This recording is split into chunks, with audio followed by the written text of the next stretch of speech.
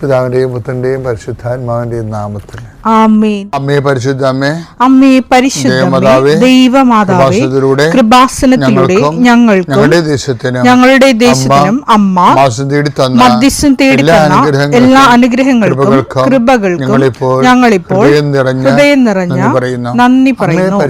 അമ്മേ പരിശുദ്ധമ്മേ, ദൈവമാതാവേ, 2004 ഡിസംബർ 7 ഉച്ചകഴിഞ്ഞ് 2:30 കൃപാസനത്തിൽ സംഭവിച്ച അമ്മയുടെ പ്രത്യക്ഷപ്പെടലിനെക്കുറിച്ച് തിരുസഭയ്ക്ക് സമർപ്പിച്ചിരിക്കുന്ന പഠനരേഖകളുടെ മേൽ സഭാത്മകമായ പഠനം ആരംഭിക്കുവാൻ ഞങ്ങൾ പ്രാർത്ഥിക്കുന്നു.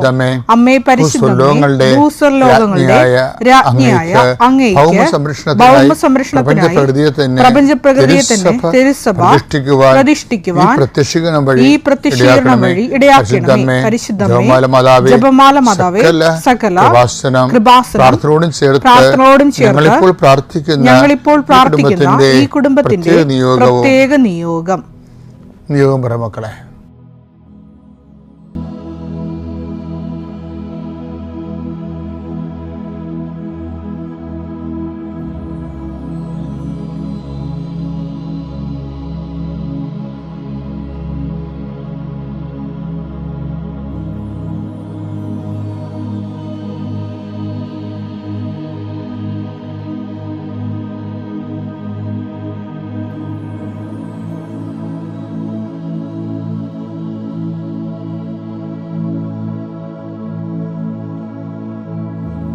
അമ്മയുടെ പ്രത്യക്ഷീകരണത്തിന്റെ ഈ അനുഗ്രഹവേളയിൽ ഞങ്ങൾക്ക് സാധിച്ചു തരുവാൻ കനിയണമേ.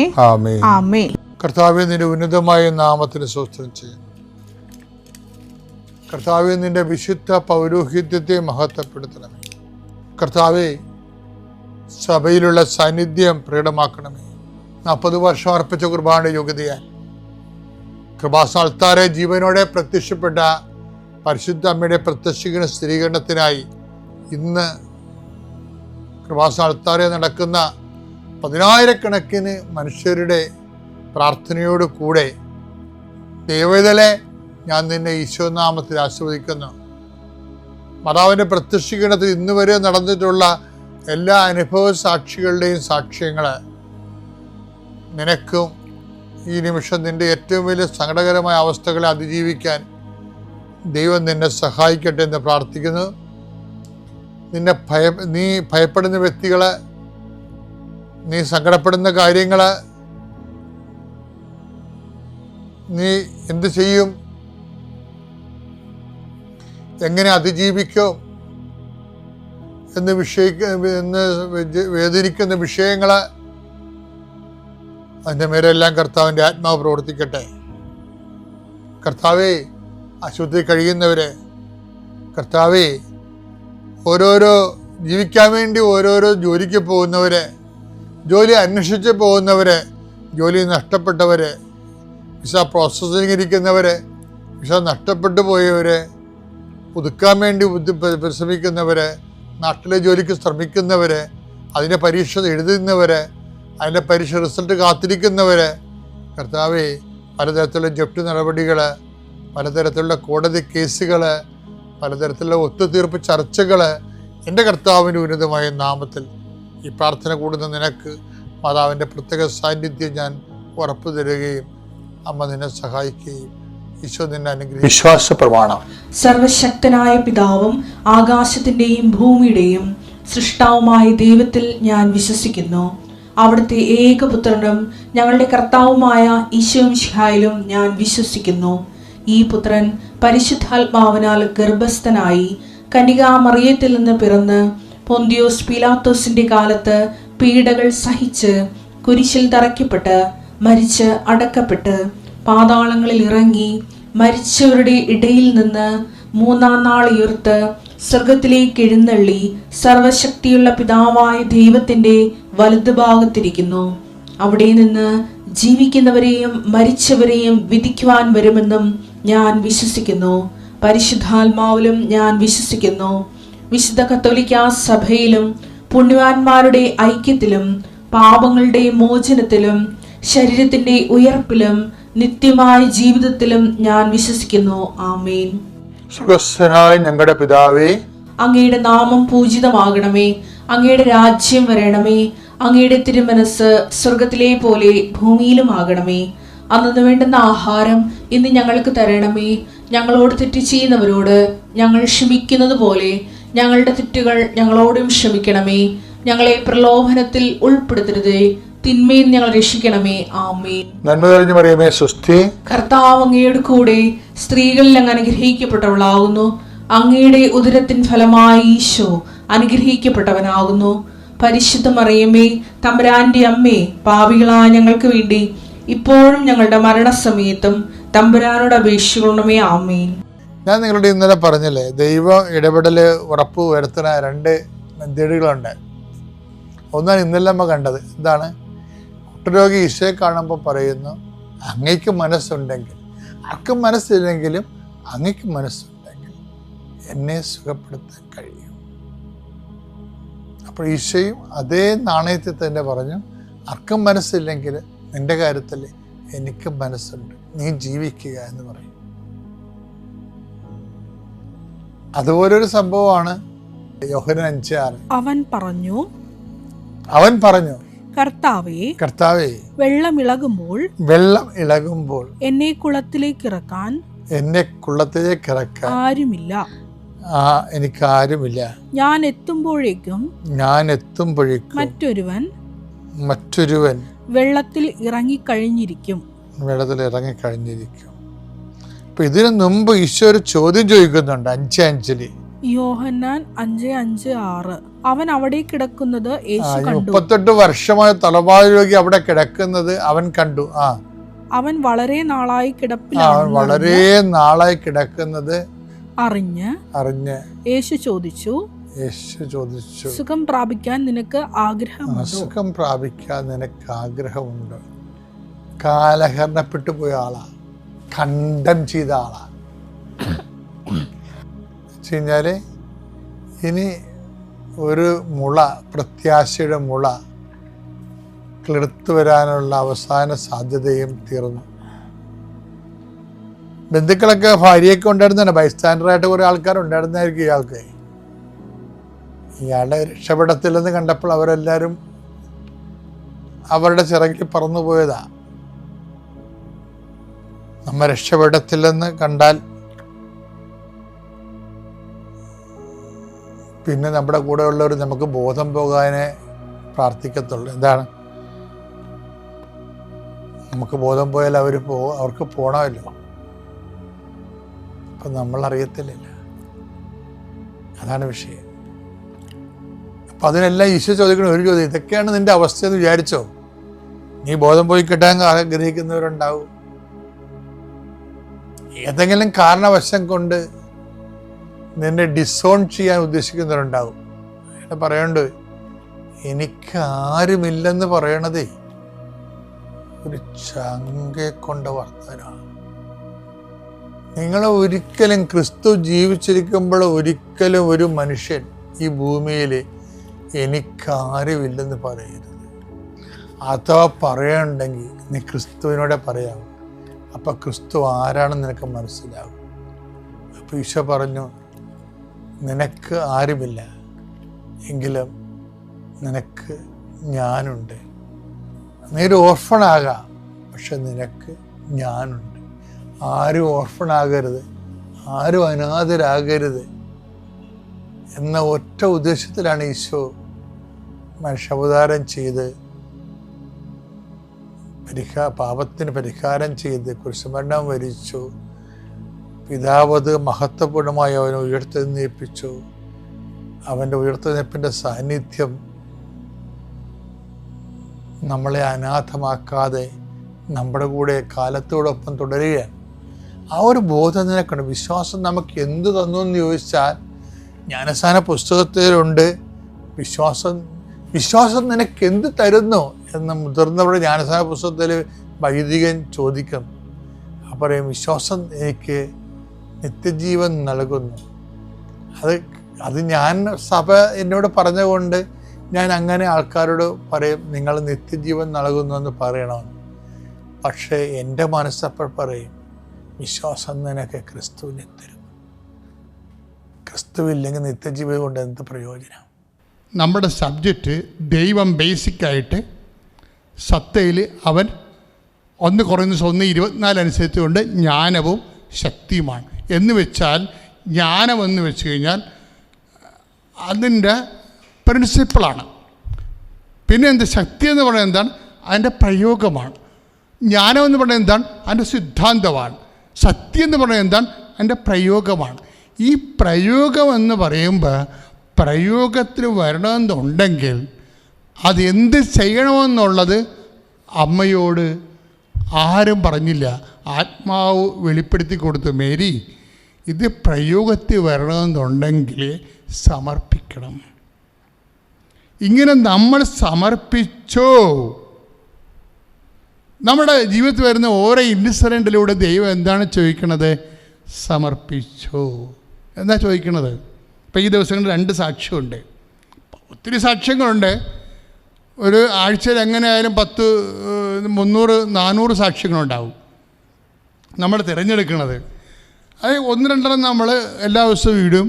പക്ഷേ ഈ ദിവസങ്ങളിൽ കിടക്കുന്ന സാക്ഷ്യം 2 ഏതാണ്ട് ഒരേ വിഷയമാണ്. അതായത് ഡൗൺ സിൻഡ്രോം എന്ന് പറയുമ്പോൾ എന്താ?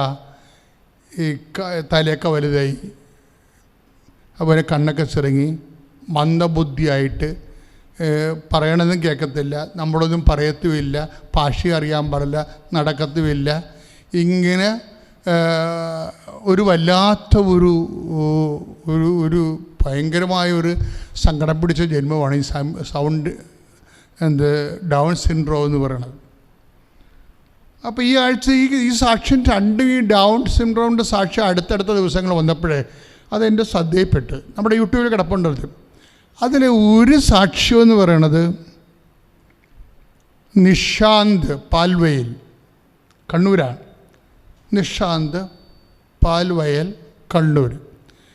അദ്ദേഹം പറഞ്ഞ സാക്ഷ്യം, ഞാനൊരു ഓട്ടോറിക്ഷക്കാരനാണ്, എനിക്ക് എന്നാണൊരു വീട് വെക്കാൻ പറ്റണത്? ഒരിക്കലും വെക്കാൻ പറ്റത്തില്ല. ഈ ഓട്ടോ ഓടിച്ച് ഞാൻ എന്ന് വീട്, ഏത് കാലത്ത് വീട് വെക്കാനാ? ഒരിക്കലും പറ്റത്തില്ല. അപ്പം ഞാൻ എന്ത് ചെയ്ത്, ഞാനിവിടെ ഒന്ന് ഉടമ്പടി ചെയ്തപ്പോൾ 1 വർഷം കൊണ്ട് അമ്മ എനിക്ക് വീട് തന്നു. പക്ഷെ വീട് വെച്ച സ്ഥലത്ത് വഴിയില്ലാഞ്ഞ് 3 മാസം കൊണ്ട് അതിലേക്ക് പഞ്ചായത്ത് സിമൻറ്റ് റോഡിട്ട് തന്നു. അപ്പം ഞാനോർക്കണം, ദൈവമേ ഈ ഉടമ്പടി നമ്മുടെ ജീവിതത്തെ, ദൈവമേ അങ്ങയുടെ അരൂപി അയക്കുക, പൂമുഖം നവീകരിക്കപ്പെട്ടതെന്ന് പറഞ്ഞ് നമുക്കൊരു പ്രാർത്ഥനയുണ്ട് ബൈബിളിൽ. ദൈവമേ അങ്ങയുടെ അരൂപി അയക്കുക, പൂമുഖം നവീകരിക്കപ്പെടട്ടെ. അപ്പോൾ ഏതാണ്ട് അതുപോലെ തന്നെയാണ് ഉടമ്പടിക്ക് സംഭവിക്കുന്നത്. ഉടമ്പടി എടുത്തു കഴിഞ്ഞാൽ ഇവൻ്റെ ജീവിതം അങ്ങോട്ട് മാറുകയാണ്, സെറ്റിൽ, അതായത് നേരെ സെറ്റ്. അതാണ് അവൻ ചോദിക്കുന്നത്. അവൻ കരഞ്ഞു പോണവരെ പറയണത്, ഞാനൊരു ഓട്ടോറിക്ഷ ഡ്രൈവറാണ്, അതുകൊണ്ട് ഏത് കാലത്തും ഞാൻ വീട് വെക്കാനാണ്.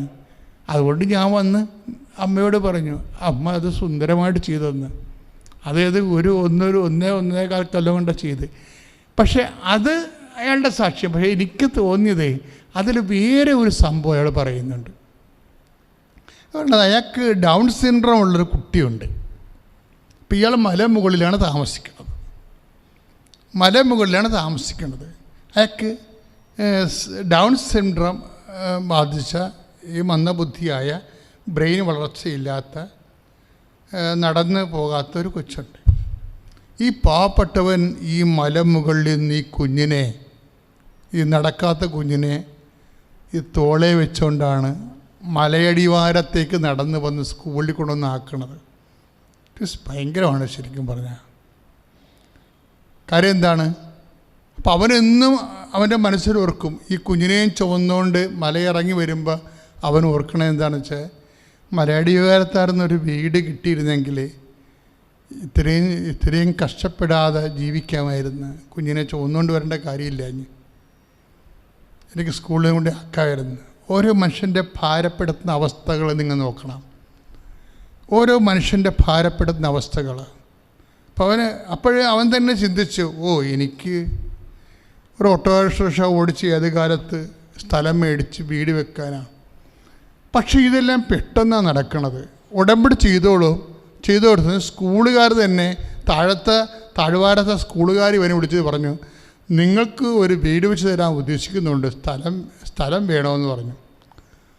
പക്ഷെ കുറച്ച് കഴിഞ്ഞപ്പോൾ അവിടെ ചേട്ടൻ ഇതറിഞ്ഞ ഒരു ചേട്ടായി തന്നെ ഒരു 5 സെൻറ്റ് സ്ഥലം അവന് കൊടുക്കും. ഇതെല്ലാം ഉടമ്പടിക്ക് ശേഷം നടക്കുന്ന സംഭവമാണ്. ഉടമ്പടി ഒരു മനുഷ്യൻ്റെ ജീവിതം ഇതെങ്ങനെ സംഭവിക്കും, ഞാൻ പുരുഷനെ അറിയുന്നില്ലല്ലോ എന്ന് ചോദിക്കുമ്പോൾ അതുപോലുള്ള ചോദ്യങ്ങളുമായിട്ടാണ് മനുഷ്യൻ ഇന്നും ജീവിക്കണത്. നമുക്ക് വേണ്ടി എല്ലാമാണ് അമ്മ ചോദിച്ചത്, നമുക്ക് വേണ്ടി എല്ലാമാണ് ചോദിച്ചത്. അതായത് ഇത് എങ്ങനെയാണ്, ഞാനൊരു ഓട്ടോറിക്ഷ ഡ്രൈവറാണ്, ഓട്ടോ ഓടിച്ച് ഞാൻ എങ്ങനെ വീട് വെക്കും, ഇതെങ്ങനെ സംഭവിക്കും, അതാണ് ചോദ്യം. ഓട്ടോ ഓടിച്ച് ഞാൻ എങ്ങനെ. പക്ഷെ ആ കണ്ണൂരിന്ന് അവൻ അതുകൊണ്ട് ഇല്ലാത്ത കാശുണ്ടാക്കി അമ്മയെ കാണാൻ വേണ്ടി വന്നു, ഇവിടെ വന്ന് ഉടമ്പടി ചെയ്തു. ഇതെങ്ങനെയാണ് സംഭവിക്കണം എന്നുള്ളത് പിന്നീട് നമ്മൾ കാണുന്നുണ്ട്. അതല്ല എനിക്ക് ഇഷ്ടപ്പെട്ടത്, അവൻ്റെ കുഞ്ഞ് നടക്കാൻ തുടങ്ങി ഇപ്പം. Praise the Lord. ആ സാക്ഷി നിങ്ങളവിടെ നോക്കണം, നല്ലൊരു സാക്ഷ്യമാണ്, പെട്ടെന്ന് നോക്കിക്കളയരുത്. ഇതിലെല്ലാം ദൈവം എന്തുമാത്രം കാരുണ്യം കാണിച്ചിട്ട് മനസ്സിലാകും. അവൻ്റെ കുഞ്ഞിപ്പം നടക്കാൻ തുടങ്ങി. അവൻ്റെ വീട് താഴെ കൊണ്ടുവന്ന് അവൻ സ്ഥലം വാങ്ങിച്ചു കൊടുത്തു, വീട് കൊടുത്തു, അവൻ്റെ കുഞ്ഞിനെ നടത്തി. അപ്പം ഞാൻ ഈ സാക്ഷ്യം കേട്ടപ്പോഴേ എൻ്റെ മനസ്സിൽ വന്നതേ, ഈ നിശാന്തിൻ്റെ ജീവിതത്തിലെ 2 ഘട്ടമുണ്ടായി. എന്ത് ഘട്ടമാണുള്ളത്? ഒന്ന് കൃപയുടെ ഘട്ടം, രണ്ടാമത്തത് അനുഗ്രഹത്തിൻ്റെ ഘട്ടം. ജനങ്ങൾ ഇപ്പം നിശാന്തിൻ്റെ ജീവിതത്തിൽ 2 ഘട്ടമുണ്ട്. ഒന്നെന്താണ്? ഒന്ന് കൃപയുടെ ഘട്ടം. അതായത് ഏതാണ്? ദൈവത്തിൻ്റെ ശക്തി ഇവനിലേക്ക് വരുന്ന. ഇപ്പം കുഞ്ഞിനെ കൊണ്ട് ചുമന്നുകൊണ്ട് വരികയാണ്. ഇപ്പം ചുമന്നുകൊണ്ട് വരുമ്പോൾ അവൻ വേറെ എന്താ ചിന്തിക്കണത്?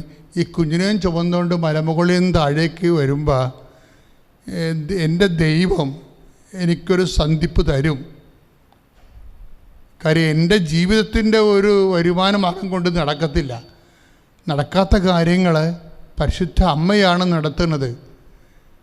അവർക്ക് വീഞ്ഞില്ല എന്ന് പറയുമ്പോൾ അത് അമ്മ മകനോട് പറയണത് അമ്മയുടെ റോളാണ് നമ്മുടെ ഇല്ലായ്മയൊക്കെ പരിഹരിക്കണത് എന്ന് അവനോട് ഉടമ്പടിയെക്കുറിച്ച് ആരോ പോയി ക്ലാസ് എടുത്ത്. അങ്ങനെയാണ് ഈ മലമുകളിൽ നിന്ന് നിശാന്ത് വരാൻ കാര്യം. കാരണം ഉടമ്പടിയുടെ സുവിശേഷ പ്രവർത്തകർ ലോകം മുഴുവൻ ഇപ്പം നിറഞ്ഞ് ഓരോരുത്തരുടെ year two year mouth evangelisation നടന്നുകൊണ്ടിരിക്കുകയാണ്. എന്താ കാര്യം എന്നറിയോ? ജനം അനുഭവിച്ചവർ പറയും, പറഞ്ഞവർ വിശ്വാസമുള്ളവർ അത് പറഞ്ഞവർ പറഞ്ഞു കേട്ടെന്ന് കാര്യമില്ല. നമ്മൾക്ക് ഇപ്പോൾ സമർപ്പണമായാലും പറഞ്ഞത് കേൾക്കണമായാലും വാഗ്ദാനം പ്രാപിക്കണതായാലും നമുക്കെന്നാ വേണം? വിശ്വാസം വേണം. എൻ്റെ പേര് രാജി, ഞാൻ വരുന്നത് ആലുവയിൽ നിന്നാണ്. ഞാൻ വർക്ക് ചെയ്യുന്നത് UP-യിലാണ്, ഒരു നഴ്സിംഗ് ഹെഡായിട്ടാണ് വർക്ക് ചെയ്യുന്നത്. ഇത് 2ാമത്തെ വട്ടമാണ് ഞാൻ ഈ അൾത്താരയിൽ വന്ന് സാക്ഷ്യം പറയാൻ എനിക്ക് ഭാഗ്യം ഉണ്ടാവുന്നത്. ആദ്യമായിട്ട് ഞാനിവിടെ വരുമ്പോൾ ഞാനൊരു ഓൺലൈൻ ഉടമ്പടി എടുത്തിട്ടാണ് വന്നത്. അതിനുശേഷം ഇവിടെ വന്ന് തീർത്ഥാടന ഉടമ്പടി എടുത്ത് എൻ്റെ സാക്ഷ്യങ്ങൾ പറഞ്ഞു. ഞാൻ ജോലിയുമായിട്ട് ബന്ധപ്പെട്ട് വളരെയധികം ബുദ്ധിമുട്ടിലായിരുന്നു ആ സമയത്ത്. അങ്ങനെ എനിക്ക് നല്ലൊരു ജോലി തന്ന് മാതാവ് അനുഗ്രഹിച്ചു. അതിൻ്റെ സാക്ഷ്യപ്പെടുത്താനാണ് ആദ്യം വന്നത്. 2ാമത് വന്നപ്പോൾ 3-4 വർഷമായിട്ട് എൻ്റെ വിവാഹം നടക്കാതെ വളരെ ബുദ്ധിമുട്ടിലായിരുന്നു. ഞാനത് ഉടമ്പടിയിൽ വെച്ച് പ്രാർത്ഥിച്ചു. അങ്ങനെ എൻ്റെ വിവാഹം തീരുമാനമായപ്പോഴും ഞാനിവിടെ സാക്ഷ്യം പറയാൻ വന്നിരുന്നു. അതിനുശേഷം വന്ന് ഉടമ്പടി പുതുക്കിയപ്പോഴും ബ്രദർ പറഞ്ഞു, ഈ മാരേജിന് ഡേറ്റ് ആയി കഴിയുമ്പോഴും ഇവിടെ വന്ന് സാക്ഷ്യം പറഞ്ഞാൽ മതി എന്ന് പറഞ്ഞു. അത് പ്രകാരമാണ് ഞാനിപ്പോൾ ഇവിടെ സാക്ഷ്യം പറയാനായിട്ട് വന്നത്. അങ്ങനെ എൻ്റെ മാരേജെല്ലാം ഫിക്സായി. എനിക്ക് ഒരിക്കലും ഒരു യോഗ്യതയില്ലാത്ത ഒരു നല്ലൊരു ദൈവവിളി തന്ന ദൈവം എന്നെ അനുഗ്രഹിച്ചു. ഒരു നല്ല കുടുംബത്തിലോട്ട് എനിക്കൊരു ചോയ്സ് തന്നു. ഇതെല്ലാം മാതാവിൻ്റെ ഒരു കൃപയായിട്ടാണ് ഞാൻ കാണുന്നത്. അതുപോലെ തന്നെ എനിക്ക് ഫിനാൻഷ്യലി എനിക്കൊരു ലോൺ ഉണ്ടായിരുന്നു. ഒരു ജോലി നഷ്ടപ്പെട്ട ഒരു സമയം എൻ്റെ ജീവിതത്തിൽ ഉണ്ടായപ്പോൾ ആ ലോണൊന്നും അടയ്ക്കാതെ ഞാൻ ഒരുപാട് ബുദ്ധിമുട്ടിയിരുന്നു. അങ്ങനെ ഒരു 8 lakhs-ഓളം പൈസ എനിക്ക് ഒരുമിച്ച് അടയ്ക്കണമെന്ന് പറഞ്ഞ് ബാങ്കിൽ നിന്ന് നോട്ടീസ് വന്നു. അന്ന് ഞാനിതുപോലെ മാതാവിൻ്റെ മുമ്പിൽ മുട്ടുകുത്തി പ്രാർത്ഥിച്ച് കരഞ്ഞ് അതൊരു EMI ആയിട്ട് മാതാവ് എനിക്കത് കുറച്ച് തന്നു. ഒരു 25,000 മാത്രം അടച്ച് അതിനൊരു സമയദൈർഘ്യം എനിക്ക് തന്ന് എന്നെ അനുഗ്രഹിച്ചു. അതുപോലെ എൻ്റെ അമ്മയ്ക്ക് രോഗസൗഖ്യം കൊടുത്ത് ഒരു 3-4 വർഷമായിട്ട് ഷോൾഡർ പെയിൻ ആയിരുന്നു. അതിന് വേണ്ടിയിട്ട് ഞാൻ അച്ഛൻ്റെ ആരാധനയുടെ സമയത്ത് ഓൺലൈൻ ആരാധന കൂടി പ്രാർത്ഥിച്ചപ്പോൾ എൻ്റെ ഷോൾഡറിൽ കൈവച്ച് പ്രാർത്ഥിച്ച് എൻ്റെ അമ്മയ്ക്ക് അതിന് സൗഖ്യം കൊടുത്തു. അതുപോലെ എൻ്റെ അനിയത്തിയുടെ ഒരു അനുഭവം എന്ന് പറഞ്ഞാൽ, എൻ്റെ അനിയത്തി സ്ഥലം വിൽക്കാൻ വേണ്ടിയിട്ട് ഒരുപാട് ബുദ്ധിമുട്ടിൽ 3-4 വർഷമായിട്ട് അതിന് വേണ്ടിയിട്ട് നടക്കുകയായിരുന്നു. അങ്ങനെ ഒരു ദിവസം എൻ്റെ അമ്മ ഫോൺ വിളിച്ച് പറഞ്ഞു, മോള് പ്രാർത്ഥിക്കുന്ന ആ മാതാവിനോട് ആ കാര്യമൊന്ന് പറയുമെന്ന് ചോദിച്ചു. അങ്ങനെ ഞാൻ അവിടെ പറഞ്ഞു. 3-4 വർഷമായിട്ട് നടക്കാത്തൊരു കാര്യം 2 ദിവസത്തിനുള്ളിൽ മാതാവ് ആ സ്ഥലക്കച്ചവടം നടത്തി അനുഗ്രഹിച്ചു. പിന്നെ ഒരു സാക്ഷി എന്ന് പറഞ്ഞാൽ ഉടമ്പടി തൈലം പൂശിയിട്ടുള്ളതിനൊരു സാക്ഷിയാണ്. എൻ്റെ ഒരു കൂട്ടുകാരിയുടെ ഒരു ദിവസം പെട്ടെന്ന് ഞാൻ ജോലിക്ക് പോകാൻ വേണ്ടി റെഡി ആവുമായിരുന്നു. അപ്പോൾ എൻ്റെ കൂട്ടുകാരി എന്നെ വിളിച്ചിട്ട് പറഞ്ഞു, മാഡം എനിക്ക് സ്കാൻ ചെയ്തപ്പോൾ പ്രഗ്നൻ്റ് ആയിരുന്നു, സ്കാൻ ചെയ്തപ്പോൾ എൻ്റെ കുട്ടിക്ക് ഡൗൺ സിൻഡ്രോം ആണെന്ന് പറഞ്ഞു, മാഡം ഒന്ന് പ്രാർത്ഥിക്കുമെന്ന് ചോദിച്ചു. അപ്പോൾ തന്നെ അവിടെ മുട്ടുകുത്തി നിന്ന് ലൈറ്റ് ക്യാൻഡിൽ പ്രേയർ ഇട്ട് പ്രാർത്ഥിച്ചു. നല്ല ഹെൽത്തി ആയിട്ടൊരു കുഞ്ഞിനെ കൊടുത്ത് മാതാവ് അവരെ അനുഗ്രഹിച്ചു. അവരിവിടെ വന്ന് സാക്ഷ്യം പറഞ്ഞിട്ടുണ്ടായിരുന്നു. പിന്നെ എൻ്റെ ഒരു കൂട്ടുകാരി, ഞാൻ എൻ്റെ അടിവയറ്റിൽ തൈലം പുരട്ടി നിന്നാണ് ആ കുട്ടിക്ക് വേണ്ടി പ്രാർത്ഥിച്ചത്. പിന്നെ എൻ്റെ ഒരു കൂട്ടുകാരിക്ക് ഭയങ്കരമായിട്ട് ഹെയർ ഫോൾ ഉണ്ടാവുമായിരുന്നു. ഒത്തിരി മുടി ഇങ്ങനെ ഊരിപ്പോയിക്കൊണ്ടിരിക്കുകയായിരുന്നു. അങ്ങനെ ഞങ്ങൾക്കൊക്കെ ഭയമായിരുന്നു ഇതെന്താണ് ഇങ്ങനെ പോകണമെന്ന്. എന്നിട്ട് അവസാനം ഞാൻ മാതാവിൻ്റെ ഉടമ്പടി തൈലം തേച്ച് അവർക്ക് വേണ്ടി പ്രാർത്ഥിച്ച് മുടികൊഴിച്ചിലൊക്കെ നിന്ന് ഇന്നിവിടെ ഉടമ്പടി എടുക്കാൻ വേണ്ടിയിട്ട് എൻ്റെ കൂടെ വന്നിട്ടുണ്ട്. അങ്ങനെ നിരവധിയായിട്ടുള്ള ഒരുപാട് അനുഗ്രഹങ്ങൾ മാതാവ് എനിക്ക് സത്യം പറഞ്ഞാൽ എനിക്ക് ഈശോയിൽ ഭയങ്കര വിശ്വാസമായിരുന്നു. മാതാവിൽ എനിക്ക് ഒരു വിശ്വാസം ഇല്ലായിരുന്നു. മാതാവിനെക്കുറിച്ച് ആരെങ്കിലും സംസാരിക്കുന്നത് കേട്ടാൽ ഞാൻ ആ ഭാഗം കട്ടാക്കുമായിരുന്നു. ഒരു അച്ഛന്മാരുടെ ടോക്സ് ഞാൻ കേൾക്കാറുണ്ട്, മാതാവിനെക്കുറിച്ച് ആരെങ്കിലും പറഞ്ഞ് ഞാനത് കട്ടാക്കിയിട്ട് പോകുമായിരുന്നു. അങ്ങനെ ഞാനൊരു പ്രതിസന്ധി ഘട്ടത്തിലിരിക്കുന്ന സമയത്ത് എൻ്റെ പ്രാർത്ഥനയിലൊന്നും എനിക്ക് ഒരു ഫലവും കണ്ടെത്താൻ പറ്റിയില്ല. അങ്ങനെ ഒരിക്കൽ 10-11:30 മണി വരെ ഞാൻ കരഞ്ഞ് പ്രാർത്ഥിച്ച് ഈശോയുടെ മുമ്പിൽ മുട്ടുകുത്തി. അങ്ങനെ ഞാൻ പെട്ടെന്ന് ഒരു മയക്കത്തിലോട്ട് പോയി. ആ സമയത്ത് എൻ്റെ മനസ്സിൽ പെട്ടെന്ന് ഇങ്ങനെ കൃപാസനം എന്നൊരു വാക്ക് വന്നു. അതെന്താണെന്ന് പോലും എനിക്ക് മനസ്സിലായില്ല. പെട്ടെന്ന് ഞാൻ യൂട്യൂബ് എടുത്ത് സെർച്ച് ചെയ്തപ്പോഴും അച്ഛൻ്റെ ലൈവ് സബ്സ്ക്രൈബ് ചെയ്യാൻ പറഞ്ഞു വന്നു. ഞാനത് ചെയ്തു. അപ്പോൾ തന്നെ ഞാനിരുന്നൊരു ധ്യാനം കൂടി 2:30 വരെ. അന്ന് മുതൽ ഇങ്ങോട്ട് എന്നും ഞാൻ കൊന്തയൊല്ലി പ്രാർത്ഥിക്കും. മാതാവിൻ്റെ പ്രത്യക്ഷീകരണ പ്രാർത്ഥന ചൊല്ലും, ബൈബിൾ വായിക്കും, പുതിയ നിയമം മുഴുവൻ വായിച്ചു കഴിഞ്ഞു. അങ്ങനെ എപ്പോഴും മാതാവിൻ്റെ ഒരു ടച്ചിലാണ് ഞാൻ ഇരിക്കുന്നത്. എപ്പോഴൊക്കെ സമയം കിട്ടുന്നോ അപ്പോഴൊക്കെ ഞാൻ മാതാവിന് നന്ദി പറയും, കൊന്തയൊല്ലും. ഞാൻ ഒരുപാട് ക്ഷമ ചോദിച്ചു മാതാവിനെ അവോയ്ഡ് ചെയ്തതിൽ. എൻ്റെ ജീവിതത്തിൽ എനിക്ക് അർഹിക്കുന്നതിൻ്റെ അപ്പുറം തന്ന മാതാവ് നല്ലൊരു ജോലിയും സംരക്ഷണവും എല്ലാം തന്നെ എന്നെ അനുഗ്രഹിച്ചു. മാതാവിനും തിരുക്കുമാരനും കോടാനുകോടി നന്ദി. എൻ്റെ പേര് വത്സല, സ്ഥലം കൊടുങ്ങല്ലൂർ. ഞാനിവിടെ വന്ന് നാലാമത്തെ ഉടമ്പടി പ്രാർത്ഥിച്ച് ഉടമ്പടി പുതുക്കി പോയതിന് ശേഷം എനിക്ക് 9 വർഷമായി മലബന്ധം ഉണ്ടായിരുന്നു. ഹോമിയോ കഴിച്ചു, ആയുർവേദം കഴിച്ചു, എല്ലാ മരുന്നും ഇംഗ്ലീഷ് മരുന്ന് കഴിച്ചു. എന്ത് കഴിച്ചാലും 1 വർഷം 2 വർഷം അതിന് ഗുണം ഉണ്ടാവുള്ളൂ, പിന്നെ അതിന് ഗുണം ഉണ്ടാവില്ല. വയറ്റിൽ നിന്ന് പോകാത്ത അവസ്ഥ ഭയങ്കര ബുദ്ധിമുട്ടാണ്. അപ്പോൾ ഇടയ്ക്ക് എൻ്റെ മോള് മെഡിക്കൽ സ്റ്റോറിൽ നിന്ന് ഒരു 50 രൂപ ഏറ്റവും വില കൂടിയ മരുന്ന് മേടിച്ചു കൊണ്ട് തരും. ആ മരുന്ന് ഞാൻ മുഴുവനും കഴിച്ച് കഴിയുമ്പോൾ വയറ്റിൽ നിന്നും പോവും, ഛർദ്ദിക്കും, തളരും, നിൽക്കില്ല. ഞാനങ്ങനെ കഷ്ടത്തിലായി. പിന്നെ ഡോക്ടറെ അടുത്ത് പോകാൻ എന്ത് ചെയ്യും? ഡോക്ടറെ അടുത്ത് പോകണമെന്ന് വിചാരിക്കും, പല പ്രാവശ്യം ഒരുങ്ങും, പോകാൻ പറ്റില്ല, തടസ്സപ്പെട്ടു. അപ്പോൾ ഞാൻ ഇടയ്ക്കിടയ്ക്ക് ഇങ്ങനെ അമ്മയോട് പറഞ്ഞുകൊണ്ടിരിക്കും, എൻ്റെ അമ്മേ അന്നന്ന് വേണമെന്ന ആഹാരം നീ തരാൻ പറയുന്നുണ്ട്. അന്നന്ന് വേണമെന്ന ആഹാരം കഴിക്കുമ്പോൾ നമുക്കത് പോകണ്ടേ, എന്നിട്ട് ഞാൻ എന്ത് ചെയ്യും? ഇങ്ങനെ 2-3 ദിവസം അമ്മയോട് ഞാനിങ്ങനെ പറഞ്ഞുകൊണ്ടിരുന്നു. അമ്മ പറഞ്ഞു ഞാൻ മാറ്റിത്തരാമെന്ന് പറഞ്ഞു. ഇപ്പോൾ 1 മാസമായി ഞാൻ ഒരു മരുന്നും കഴിക്കണില്ല. കൃത്യമായിട്ട് എൻ്റെ ശരിക്ക് വയറ്റിൽ നിന്ന് പോകുന്നുണ്ട്. പിന്നെ കഴുത്ത് നിറച്ച് അരിമ്പാറയായിരുന്നു. അത് ഞാൻ ഇത്തിരി വെള്ളം എടുത്ത് ഉപ്പ് ചാരിച്ച് കഴുത്തിൽ നിറച്ച് പുരട്ടി. അപ്പോൾ അത് മുഴുവനും കരിഞ്ഞു പോയി. പിന്നെ ചെവിട്ടിലൊരു 30 വർഷമായി ശരിക്കും അരി തിളയ്ക്കണ പോലെ എപ്പോഴും ചൊറിഞ്ഞുകൊണ്ടിരിക്കും. ഒരു 5-10 പ്രാവശ്യമെങ്കിലും ഇത് ചൊറിഞ്ഞുകൊണ്ടിരിക്കും. അപ്പം ഞാൻ എന്ത് ചെയ്തു? പക്ഷുകൊണ്ട് ഉടമ്പടി തൈലം പറ്റി ചെയ്തു. ഇപ്പം അത് 2-3 മാസമായി അത് പോയി. പിന്നെ ഞാൻ വെളുപ്പിന് 3 മണിക്ക് പ്രാർത്ഥിച്ചിരിക്കുകയായിരുന്നു. അപ്പോൾ അമ്മ വന്ന് എന്നെ ഇങ്ങോട്ട് കൊണ്ടുവന്ന് ക്ഷണിച്ച് കൊണ്ടുവന്നതാണ്. അതുകൂടാണ്ട് പിറ്റേ ദിവസം ഞാനവിടെ കൊടുങ്ങല്ലൂർ കൂട്ടായ്മയിൽ പ്രാർത്ഥിക്കാൻ പോയി. അവിടെ അമ്മ ചില്ലുകൂട്ടിൽ നിൽക്കണ കണ്ടു. പിന്നെ പൈശാചികമായ ബന്ധനത്തിൽ ഞാൻ എൻ്റെ മക്കളും ഭയങ്കരമായിട്ട് കഷ്ടപ്പെട്ട് കുടുങ്ങിക്കഴിയാണ്. അപ്പോൾ ഒരു 11:30 മണി സമയത്ത് ചൊവ്വാഴ്ച അടുക്കളയിൽ പണി ചെയ്യായിരുന്നു. പെട്ടെന്ന് അവിടെ മുട്ടുകുത്ത് എന്നൊക്കെ തോന്നിപ്പിച്ചു. ഞാൻ മുട്ടുകുത്തി കുറേ പ്രാവശ്യം 1/2 മണിക്കൂർ നിന്ന് പ്രദക്ഷിണ പ്രാർത്ഥന ചൊല്ലി അരമണിക്കൂർ അമ്മയുടെ കണ്ണ് ബൾബ് പോലെ വെള്ളി വിളങ്ങുന്ന കണ്ണ് അരമണിക്കൂറോളം എൻ്റെ അമ്മ എൻ്റെ മുഖത്ത് നോക്കി നിന്നു. അമ്മയുടെ സംരക്ഷണത്തെ വലയത്തിലാണ് ഞാൻ എൻ്റെ മക്കളും കുടുംബങ്ങളും ജീവിക്കുന്നത്. അതുകൂടാണ്ട് പിന്നെയും ഒരു 1.5 ആഴ്ച മുന്നേ മോളുടെ വീട്ടിലായിരുന്നു ഞാൻ. വൈകുന്നേരം അച്ഛൻ്റെ ക്ലാസ് കണ്ടുകൊണ്ടിരിക്കുകയായിരുന്നു. ഒരു 5 മണി സമയത്ത്. ആ 5 മണി സമയത്ത് ഗർഭിണിയായ അമ്മ പൈശാചിക ശക്തിയുടെ ബന്ധനത്തിൽ നിന്നും എന്നെ എൻ്റെ മക്കളെയും പൂർണ്ണമായി മോചിപ്പിച്ചു. എന്നു വെച്ചാൽ അപ്പോൾ ആ ഗർഭിണിയായ അമ്മ സന്ധ്യയ്ക്ക് 5 മണിക്ക് തുടങ്ങി പിറ്റേ ദിവസം 10 മണി വരെ ഞാൻ പോണോടത്തും വരുന്നോടത്തും മുഴുവനും എൻ്റെ അമ്മ മുമ്പിൽ നിൽക്കായിരുന്നു. അപ്പോൾ എനിക്ക് മനസ്സിലായി എനിക്ക് എൻ്റെ അമ്മ കാവലാണ്, സംരക്ഷണമാണ്. ഈശോയെ ഇത്ര വലിയ ഉപകാരം ചെയ്തു തന്നതിന് ദൈവത്തിനോട് 100 കോടി നന്ദി. ഇനി ഒരുപാട് കാര്യം എനിക്ക് സാക്ഷ്യം പറയാൻ ഇടവരുത്തട്ടെ. യേശുവേ നന്ദി, യേശുവേ